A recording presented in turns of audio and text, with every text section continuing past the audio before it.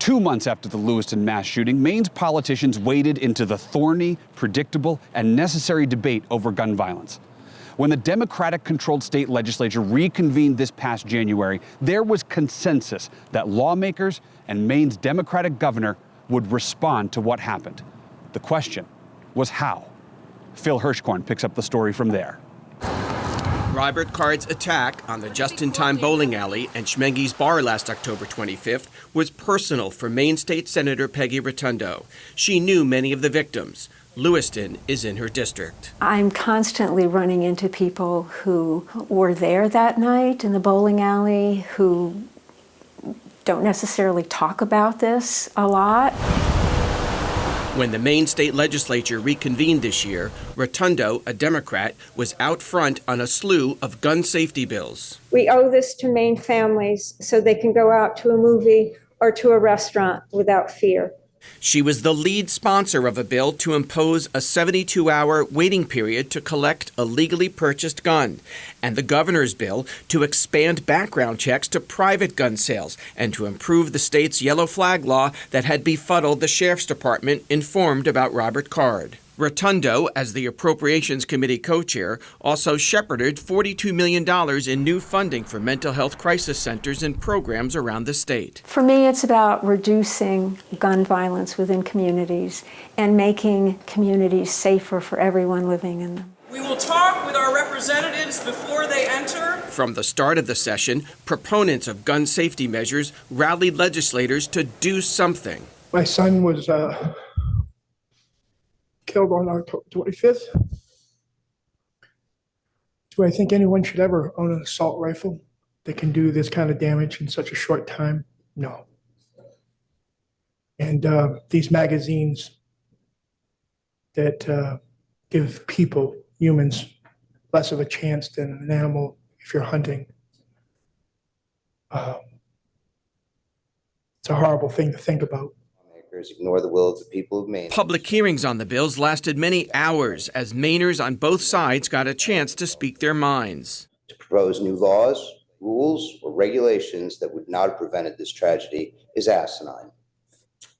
We who have endured such heartache and loss are asking why in God's name can't we pass common sense gun safety legislation that's been proven to reduce the risk of gun violence. The 72-hour waiting period didn't get enough votes to pass the year before, but Rotundo and other supporters felt it would now.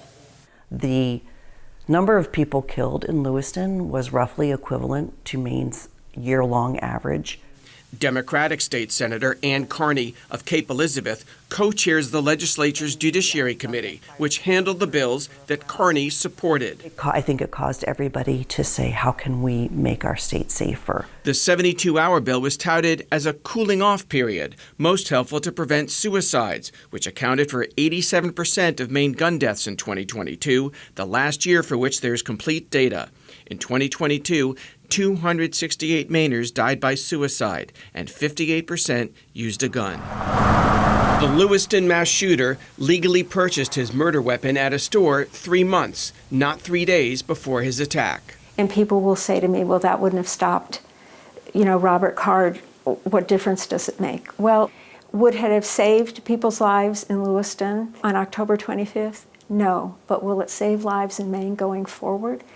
Absolutely. The bill's opponents argued a waiting period would infringe on their Second Amendment rights and could especially put women in danger. Once a background check has already been passed, imposing an arbitrary waiting period could be the difference between life and death for someone looking to leave a domestic violence situation. That's 72 hours. You're denying someone the ability to defend themselves.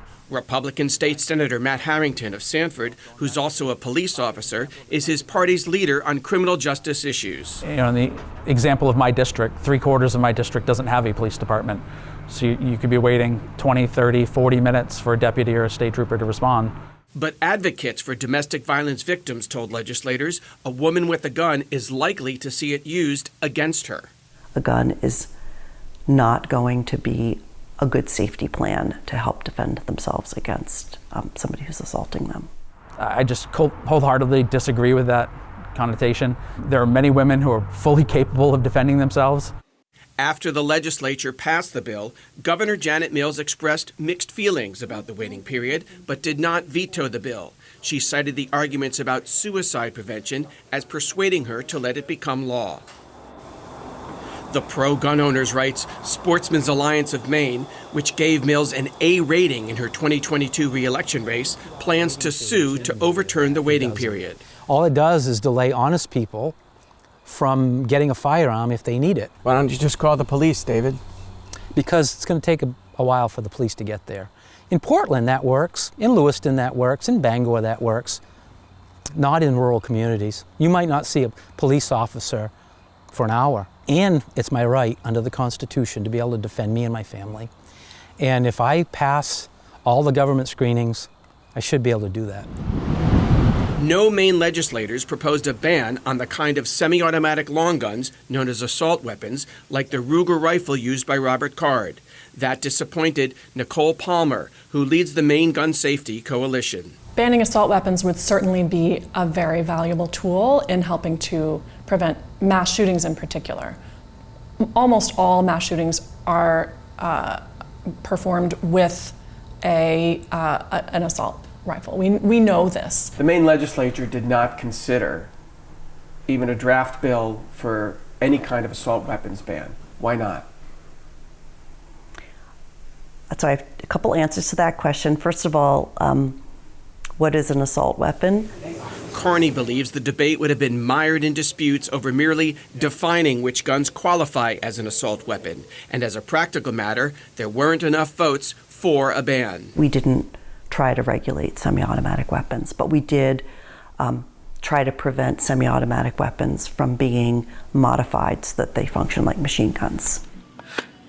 The legislature approved a Carney-sponsored ban on the sale of rapid-fire devices known as bump stocks, but Governor Mills vetoed it, calling its language so broad and ambiguous it could unintentionally ban guns used for hunting and target shooting. Can you explain why you didn't sign? In September, I asked the governor, who has opposed an assault weapons ban, why the idea wasn't even part of the conversation. I guess I'm not going to offer an opinion on any other law that's not in front of me, any other proposal that's not in front of me, frankly. Maine Democratic Congressman Jared Golden, historically an opponent of gun control measures, lives in Lewiston and represents Maine's more conservative 2nd Congressional District. He surprised everyone one day after the mass shooting with this declaration. I have opposed efforts to ban deadly weapons of war like the assault rifle used to carry out this crime.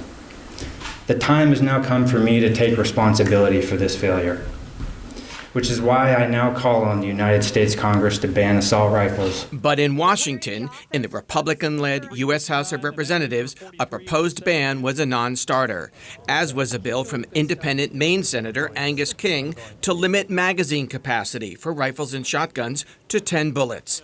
It didn't even get a committee hearing in the Democratic-controlled U.S. Senate. The shooter at Lewiston had two 20-bullet magazines duct taped together, so he could just keep firing.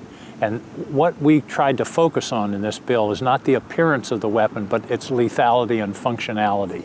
Again, that I sincerely believe will protect me. In Augusta, Maine Democrats, who control the majority in both chambers, did not follow the lead of King or Golden. My guiding principle was to get past the most protective legislation we could, and we did have a sense that we could get legislation that restricted semi-automatic weapons passed. What Carney and the Democrats could pass, with the governor's backing, was expanding background checks to cover, for the first time in Maine, private gun sales that are advertised. Where it's not somebody transferring a firearm to someone who's known to them, but transferring a firearm to somebody who they know nothing about. Those will be subject now to background checks. And I think that that's going to be really good for our state. The Maine Sportsmen's Alliance opposed the new law. My members don't support expanding background checks because of the fears they have of where it can all go, to a registry, a database, that sort of thing. But I think a lot of these laws are built to make people feel safe. I don't want to pass laws that make people feel safe but don't do anything. And that's what it feels like some of these laws were, is we got to do something. We've had this crisis and this tragedy, and we got to pass something so that people feel safer. It's actually ludicrous that we passed this law. Harrington sees a loophole in the new law that was designed to close a loophole. As long as I'm not advertising it, hypothetically, it's perfectly legal for me to buy a gun same day in the back of a van in a Walmart parking lot, but a law-abiding gun owner who wants to go buy it at a federal firearms dealer can't buy it same day. Maine legislators, as requested by the governor, updated the state's yellow flag law. It now lets law enforcement officers go to a judge to obtain a warrant to take someone who's unresponsive or uncooperative, as Robert Card was, into protective custody. That first step toward obtaining a weapons restriction order. And that does directly address what happened in Lewiston. Requirements have been met. Nicole Palmer supported the change, but wants Maine to go further, to adopt a red flag law that would allow families to bypass law enforcement and petition a court to confiscate the guns belonging to people deemed dangerous to themselves or others. If family members, the people who are closest to an individual and in the best position most of the time to be able to understand when something is seriously wrong, they could bypass all of those pieces and go directly to the court. The person doesn't have to be taken into custody. And for some family members, they don't want their loved one to be taken into custody and put in the back of a police car. They can just go directly to the court, present their evidence, and get the order. A red flag bill, hastily introduced in the closing days of the legislative session, never got a floor vote in the Maine House. If the legislature fails to pass the bill in the coming year, Palmer's coalition plans to bring the issue to Maine voters in a ballot referendum. Republicans and the Sportsmen's Alliance of Maine plan to fight it. The yellow flag is a far superior system. The family members can already participate in a yellow flag. They're saying it's cumbersome, but yet it's saving lives. As a law enforcement officer, I don't want to knock on someone's door to seize their weapons based on the statement of, simply based on the statement of a friend or relative. When it comes to gun safety issues, there is a stark partisan divide in Augusta, as tallied by the Maine Gun Safety Coalition report card. No Republicans voted for the 72-hour waiting period, background checks for private sales, or the bump stock ban. It's devastating because it's not like the bullets distinguish between Democrats and Republicans. The kids of Democrats and Republicans are equally in danger in schools.